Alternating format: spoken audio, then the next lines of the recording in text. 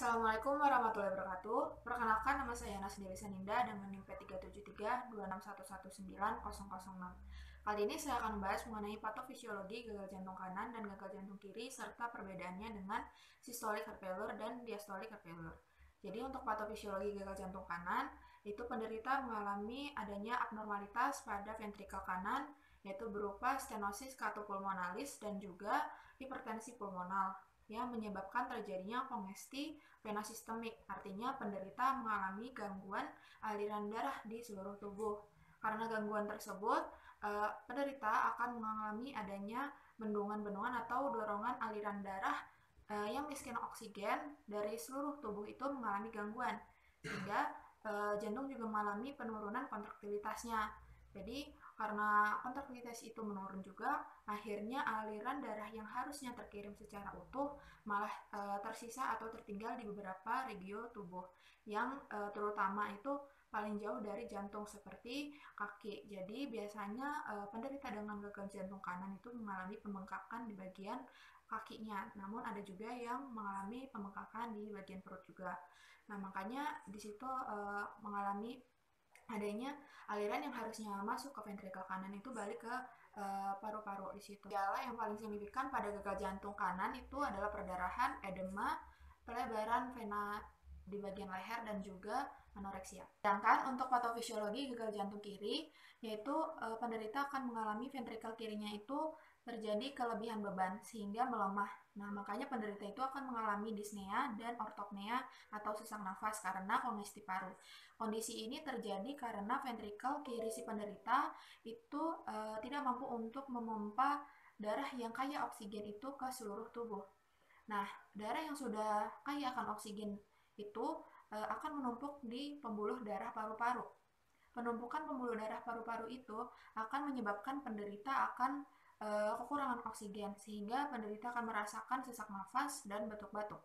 Selain itu terjadi juga aliran darah itu balik ke paru-paru sehingga ada yang beberapa menumpuk di aliran organ tersebut. Makanya gejalanya itu yang paling signifikan adalah kelelahan, kelemahan yang ekstrim, rasa yang tidak nyaman, edema, dan juga kebiruan. Nah, untuk perbedaan untuk systolic heart failure atau SHF ini itu terjadi gangguan atau masalah di bagian pemompa jantungnya. Jadi mengalami hilang kemampuan kontraksi. Jadi otot jantungnya itu atau miokardiumnya itu mengalami kontraktilitas yang menurun dan juga ejeksi pembuluh darahnya juga akan terganggu di situ. Nah, yang harusnya darah kaya akan oksigen itu mengalir ke seluruh tubuh dari ventrikel kiri itu akan menurun dan akhirnya itu akan terbentuk endapan-endapan darah di bagian ventrikel kiri. Nah, itu biasanya faktor risikonya itu orang dengan infark miokard terlebih dahulu baru terkena SHF ini. Sedangkan untuk diastolic heart failure itu penderita akan mengalami hipertrofi atau penebalan pada otot jantungnya atau miokardiumnya sehingga mengalami kesulitan diastolik. Nah, kesulitan diastolik ini akan menyebabkan peningkatan afterload atau hambatan pengisian. Nah, gangguan pada pengisian jantung ini itu ditandai dengan ventrikel kiri itu mengalami hilangnya kemampuan untuk berelaksasi dan juga daya compliance-nya itu akan menurun. Akibatnya darah yang harusnya masuk ke dalam ventrikel kiri itu dari jantung itu akan balik lagi ke paru. Nah, akibatnya oksigen-oksigen yang harusnya masuk dari paru-paru ke bagian ventrikel kiri itu tidak mampu terkirim seutuhnya. Nah, biasanya kondisi ini itu terjadi pada orang-orang yang sudah tua, lalu yang obesitas, perempuan, dan juga orang yang mengalami atrial fibrillation atau atriumnya itu hanya bisa bergetar pada kondisi diastolic heart failure ini. Jadi untuk diastolic heart failure ini adalah kebalikan dari sistolik.